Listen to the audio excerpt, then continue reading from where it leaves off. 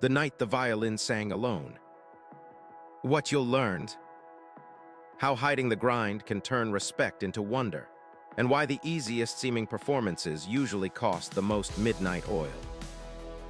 Author Daniel Ruiz, Everyday Storyteller. Introduction. Grab a quiet minute and picture a tiny cafe, the kind that smells of old wood and hot coffee. Tonight, one man will teach us, without ever saying a word, why the greatest skill is to make the impossible feel like breathing. The street outside Café El Area was already asleep when Julian slipped through the side door. He clicked the lock behind him, took off his coat and rolled up his sleeves. No audience, no applause, just rows of empty chairs and the ancient violin his grandfather hid from the war. Julian worked at the docks by sunrise, lifting crates, stacking boxes, counting every hour in blisters. By sunset, he looked like any other 29-year-old too tired to dream. Nobody guessed he came here at midnight, night after night, chasing one invisible goal. He wanted the instrument to speak sentences nobody had heard. He wanted people to feel the sound before they saw the bow move. He wanted the music to arrive so cleanly that listeners would think, "Of course it sounds like that." First month, the neighbors upstairs complained about screeching cats. Second month, the strings snapped from pressure and cheap replacements. Third month, the tips of his fingers split open and glued themselves shut with dried blood. He never told a soul.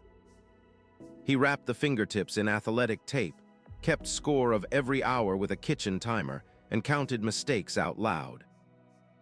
When fatigue punched him in the chest, he pictured the stage lights and swallowed the ache. One February evening, a sudden ice storm locked the city indoors. Julian walked 2 miles through knee-deep slush, violin case on his back because buses quit running. Inside the cafe, he peeled off soaked gloves, flexed purple hands, and started the routine anyway. He practiced runs so slowly a metronome might fall asleep. He isolated 2 bars, drilled them 30 times, moved the tempo 1 notch up and repeated. The process looked boring, felt excruciating, sounded nothing like music yet. By April, the bow no longer wobbled. By June, his vibrato rolled like distant thunder. By August, he could play the entire piece start to finish without sheet music, eyes closed, breath even. He still arrived wearing work boots stained with fish oil. He still answered nothing much when coworkers asked about his nights. He kept the miracle quiet, the way sailors hide precious cargo under plain tarp. September brought the city's annual street festival. Organizers begged Café El Area for a closing act, something gentle after the loud marching bands. The owner remembered the polite dockworker who practiced after hours and asked if he could fill 20 minutes. Julian nodded, asked only for a single spotlight, and returned to his shift stacking frozen shrimp. Word spread in whispers. Local newspapers love a mystery, so they printed, "Unknown violinist to close festival." On the night, crowds packed the narrow street, shoulder to shoulder, phones ready. Julian stepped onto the tiny platform wearing the same boots, same scuffed jacket. He tightened the bow, closed his eyes, and let the first note float out like a feather on still water. The melody climbed, dipped, danced, soared, and every note felt inevitable, like it had always existed. People forgot the cold. Couples held breath instead of hands. Children sat on parents' shoulders, eyes wide, not moving an inch. 12 minutes later, when the last echo vanished into the brick walls, silence lingered. Then came the roar applause, whistles, foot stomping so fierce the portable stage rattled. Flowers flew, cameras flashed, strangers wiped tears without embarrassment. The mayor asked his name. A talent agent pushed a business card into his palm. Julian thanked them politely, packed the violin, and walked home the long way, boots clicking on cobblestones.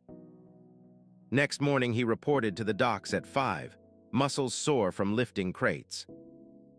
Co-workers who had watched live streams slapped his back and asked how he learned to play like that. He shrugged, smiled, said, "Lucky, I guess." Inside, he remembered every bleeding fingertip, every 3 a.m. session, every lonely minute. He also understood the lesson hiding underneath. People cherish magic only when they never see the wires. So he kept clocking in at the harbor. He kept practicing in the dark. And every time the city needed beauty without explanation, Café El Area knew which number to call. Years later, when Julian finally recorded an album, critics praised the natural ease of his phrasing. They called his talent a gift from the wind. None of them heard the silent years, the broken strings, the taped fingers that let the gift look weightless. But Julian never minded. He had learned what power lies in tucking the struggle out of sight, letting the results shine uncluttered. He had learned that making something hard feel easy is the hardest trick of all, and the most unforgettable. Summary: hide the sweat and the world sees only wonder. When people believe your best needs no effort, they trust, admire, and remember you. Keep the practice private, share only the polish, and even an ordinary dockworker can make an entire city fall silent under a street lamp glow.